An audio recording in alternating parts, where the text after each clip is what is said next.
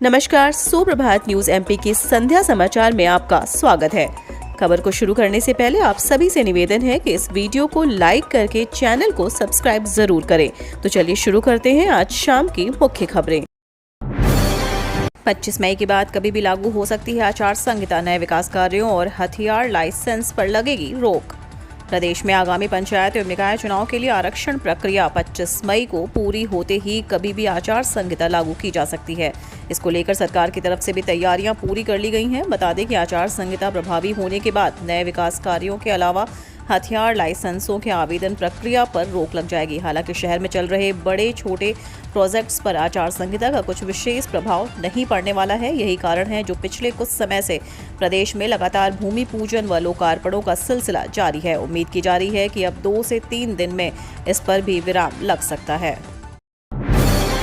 किसानों के लिए बड़ी खबर। इस योजना के लिए रजिस्ट्रेशन शुरू, 1 लाख तक मिलेगा लाभ। मध्य प्रदेश में किसानों के लिए अच्छी खबर है। बलराम तालाब योजना के लिए रजिस्ट्रेशन शुरू हो गया है। इसके तहत किसान खेत में तालाब बनवाने के लिए 1 लाख तक अनुदान ले सकते हैं। बलराम तालाब योजना के लिए वे किसान आवेदन कर सकते हैं जिन्होंने ड्रिप या स्प्रिंकल सेट लगाए हो, जिनके पास तालाब बनाने के लिए अपनी जमीन और भूमि पर किसी भी प्रकार का निर्माण कार्य नहीं हो। बलराम तालाब योजना के तहत मध्य प्रदेश सरकार के खेत में तालाब बनाने के लिए सामान्य वर्ग के किसानों को लागत का 40% अधिकतम 80,000 रुपये, छोटे सीमांत किसानों को लागत का 50% अधिकतम 80,000 रुपये, अनुसूचित जाति अनुसूचित जनजाति के किसानों को लागत का 75% अधिकतम 1 लाख रुपये अनुदान देती है। मध्य प्रदेश के पेंशनरों में बढ़ी नाराजगी, आंदोलन की तैयारी, पेंशन एरियर समेत भत्ते की मांग। मध्य प्रदेश के बिजली कंपनी के पेंशनरों के लिए महंगाई भत्ते में देरी के चलते अब पेंशनरों में नाराजगी बढ़ने लगी है और अब वे धरना प्रदर्शन करने के बाद आंदोलन की तैयारी में है। पेंशनर्स एसोसिएशन का कहना है कि पेंशनर्स को देश में 34% महंगाई राहत जबकि मध्य प्रदेश में महज 17% महंगाई राहत दी जा रही है। इस संबंध में रविवार को जबलपुर के PSM कॉलेज में प्रदेश स्तरीय पेंशनर्स की बैठक बुलाई गई, जिसमें इंदौर, भोपाल, ग्वालियर समेत कई जिलों के पदाधिकारी समेत प्रांत अध्यक्ष श्याम जोशी, गणेश जोशी, HP और मलिया MLA चौक से शामिल हुए। 15 लाख टन विदेश से कोयला लाने की तैयारी में बिजली कंपनी। रबी सीजन के वक्त बिजली की कमी ना हो, इसके कोयले की उपलब्धता तय की जा रही है। बिजली कंपनियों ने अभी से विदेश को कोयला आयात करने की तैयारी कर दी है। करीब 15 लाख टन कोयला विदेश से खरीदा जाएगा। इससे करीब 2,000 करोड़ रुपए व्यय होंगे। जाहिर है कि बिजली उत्पादन के लिए इससे अतिरिक्त भार को बिजली कंपनियां उपभोक्ताओं पर ही डालेंगी। विशेषज्ञों का दावा है कि करीब 1 रुपये प्रति यूनिट बिजली के दाम में अतिरिक्त बढ़ोतरी होगी। हालांकि ऊर्जा सचिव संजय दुबे ने पहले ही माना था कि विदेश से कोयला लाने में 25 से 30 पैसे प्रति यूनिट का ही मामूली इजाफा होगा। बैंक ग्राहकों के खुशखबरी, FD पर मिलेगा 7.90% फीसद ब्याज दरें। वर्तमान में 21वीं सदी के तीसरे दशक का दूसरा साल चल रहा है। अर्थशास्त्र के नजरिए से देखें तो यह आर्थिक युग है। इस युग में पैसे का बोलबाला है। यह युग न बाप बड़ा न भैया, सबसे बड़ा रुपया कहावत को चरितार्थ करता है। पैसे के महत्व को देखते हुए अब लोग बचत को भी इन्वेस्ट कर रहे हैं और ज्यादा से ज्यादा मुनाफा कमाना चाह रहे हैं। यही कारण है कि HDFC, ICICI के बाद अब फेडरल बैंकों ने भी फिक्स्ड डिपॉजिट के ब्याज दरों में बदलाव किया है। श्रीराम सिटी यूनियन फाइनेंस ने हाल ही में अपने ब्याज दरों में 15 से 25% तक का बढ़ोतरी किया। नए दरों में बदलाव 3 साल से लेकर 5 साल तक के FD में किया गया है। वहीं 1 से 2 साल तक की FD के लिए पुराना ब्याज दर ही चलता रहेगा। पंचायतों में SC, ST व महिला वार्डों के आरक्षण की जानकारी आज होगी जारी। सुप्रीम कोर्ट के OBC आरक्षण के साथ चुनाव कराने के फैसले के बाद चुनाव की तैयारी भी जोरों शोरों पर है।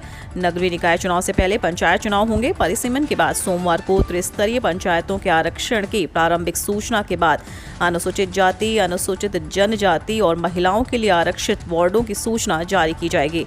बता दें कि इसमें आरक्षित वार्ड, निर्वाचन क्षेत्र, सरपंच और जनपद अध्यक्षों की संख्या की पूरी जानकारी रहेगी। पंचायत एवं ग्रामीण विकास विभाग के अधिकारियों के मुताबिक आरक्षित वार्ड और निर्वाचन क्षेत्र की सूचना प्रकाशित करने के बाद 25 मई को आरक्षण करके इसका प्रकाशित किया जाएगा। उच्च शिक्षा विभाग ने 272 कॉलेजों को प्रवेश प्रक्रिया में किया शामिल। कुल संख्या हुई 1272।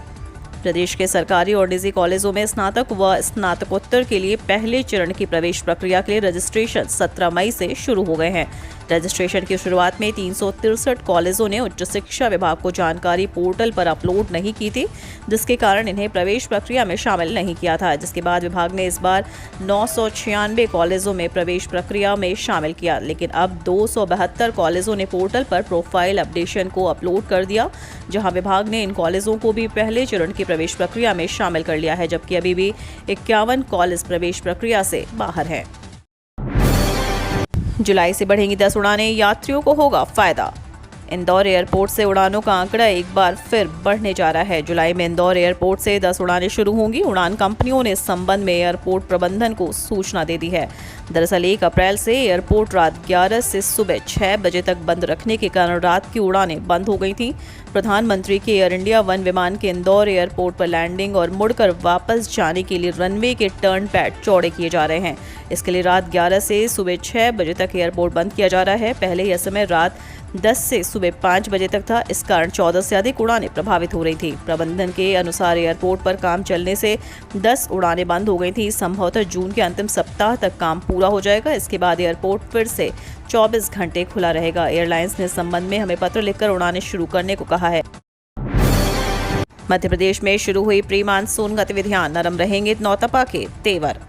तीखी गर्मी के दौर के बाद अब प्रदेश में प्री मानसूनी गतिविधियों का दौर शुरू हो गया है। प्रदेश में शनिवार और रविवार को उत्तरी और पूर्वी हिस्सों में कई जगहों पर बूंदाबांदी हुई। मौसम वैज्ञानिकों का अनुमान है कि सोमवार को इसका दायरा बढ़ेगा। प्रदेश के कई हिस्सों में तेज हवाएं, धूल भरी आंधी और बूंदाबांदी होने का अनुमान है। इसके चलते तापमान में गिरावट होगी। 3 दिन से 4 दिनों तक अधिकांश जगहों पर तापमान के कम रहने के बाद बढ़त का दौर शुरू होगा, लेकिन इसके बावजूद गर्मी उस तीखेपन तक नहीं पहुंच सकेगी जो पिछले पखवाड़े में बीता है। मौसम वैज्ञानिकों का कहना है कि गर्मी का सबसे तीखा समय बीत चुका है। ऐसे में 25 मई से शुरू हो रहे नौतपा में गर्मी तो पड़ेगी, लेकिन इसके तेवर कुछ कमजोर ही रहेंगे। स्नातक द्वितीय वर्ष के 40 विषय में ई कंटेंट बनाने के लिए 1300 प्राध्यापक आज ऑनलाइन प्रशिक्षण। राष्ट्रीय शिक्षा नीति के तहत अब स्नातक द्वितीय वर्ष के विभिन्न विषयों का ई कंटेंट बनाया जाएगा। प्रदेश भर के सरकारी और निजी कॉलेजों के शिक्षक प्राध्यापकों को ई सामग्री तैयार करने के लिए चुना गया है। आज सोमवार से इन्हें ऑनलाइन प्रशिक्षण दिया जा रहा है, जो 5 दिन तक चलेगा। विभाग के अधिकारियों के मुताबिक प्रशिक्षण कार्यक्रम 3 चरणों में रखा है। BA, BCom, BSc सहित स्नातक द्वितीय वर्ष के 40 विषय का सिलेबस बन चुका है। प्राचीन भारतीय इतिहास, पर्यावरण विज्ञान, वेद, संस्कृत, कंप्यूटर विज्ञान, दर्शन शास्त्र, लेखांकन, योग, ध्यान, हिंदी, अंग्रेजी, मनोविज्ञान, शारीरिक शिक्षा तथा राष्ट्रीय सेवा योजना आदि 22 विषय हैं। 10 संभाग के नोडल अधिकारियों के माध्यम से चयनित 400 विषय विशेषज्ञों प्राध्यापकों को प्रशिक्षण दिया जाएगा। ऑनलाइन प्रशिक्षण का पहला चरण 23 से 28 मई के बीच लगेगा। 1300 शिक्षकों को ई कंटेंट बनाने की जिम्मेदारी मिली है।